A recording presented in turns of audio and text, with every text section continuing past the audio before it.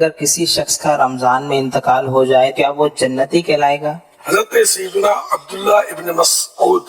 رضی اللہ عنہ سے روایت ہے، نبیوں کے سلطان رحمت عالمیان صلی اللہ علیہ وآلہ وسلم کا فرمان جنت نشان ہے، جس کو رمضان کے وقت موت آئی وہ جنت میں داخل ہوگا، اور جس کی موت یوم عرفہ یعنی 9 ذوالحجۃ الحرام کے وقت آئی وہ بھی جنت میں داخل ہوگا، اور جس کی موت صدقات دینے کی حالت میں آئی وہ بھی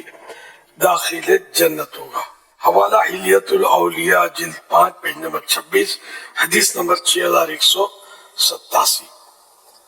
اور شرح الصدور میں حضرت سیدنا انس بن مالک رضی اللہ عنہ سے روایت ہے کہ ماہ رمضان میں مردوں سے عذاب قبر اٹھا لیا جاتا ہے۔ یہ فضیلت ہے، تو یہ اس طرح کی فضیلتوں میں یہ ہوتا ہے کہ بے شک یہ ہم امید رکھیں۔ اب کسی شخص معین کے لیے فکس پرسن کے لیے سمجھے رمضان میں اس کا انتقال ہوا تو ہم یہ نہیں کہہ سکتے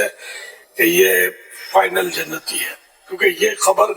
نبی دیں گے کسی شخص معین کے بارے میں، ہم نبی سے سن کر دے سکتے ہیں۔ اب تو کوئی نبی آئے گا نہیں نیا، تو خواب کسی نے دیکھ لیا تو خواب یار دلیل نہیں ہے کہ سرکار صلی اللہ علیہ وسلم نے بے شک فرما دیا کسی کے بارے میں، تو بھی خواب جو ہے نا وہ دلیل نہیں ہے۔ تو اس لیے کسی فرد کے بارے میں،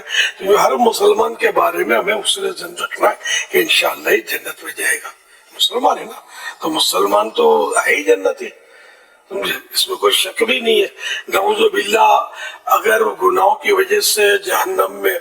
عذاب میں مبتلا کیا بھی گیا، خاتمہ ایمان پر ہوا تھا، بالآخر وہ جنت میں تو جائے گا نا۔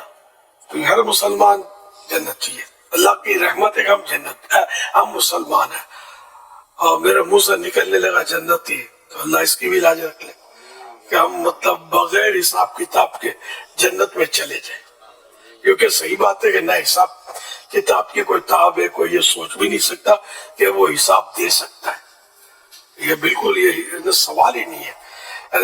یہ کہ جس کا حساب گڑ وہ مرا سمجھو، تو ہم کہاں دے سکتے ہیں؟ ہم دنیا بھی حساب نہیں دے سکتے کہ مطلب کوئی یعنی کہ ہماری پکڑ کرے اور سوال جواب کرے ہمارے سمجھو کردار کے بارے میں، تو اب وہ عام آدمی کے سامنے تو ہم وہ اس کو ہٹی دے دیں، چکر دے دیں گے کہ اللہ پاک کی بارگاہ میں تو سب اس پر تو روشن ہے، وہ حساب نہ بھی لے تو عادل ہے، اس کا عدل ہی عدل ہے، لیکن بہرحال اس کی یہ مشیت ہے، حساب کتاب بھی ہوگا۔ تو بے حساب بخش کے ہے بے شمار جرم، دیتا ہوں واسطہ تجھے شاہ حجاز کا، صلی اللہ تعالی علیہ وآلہ۔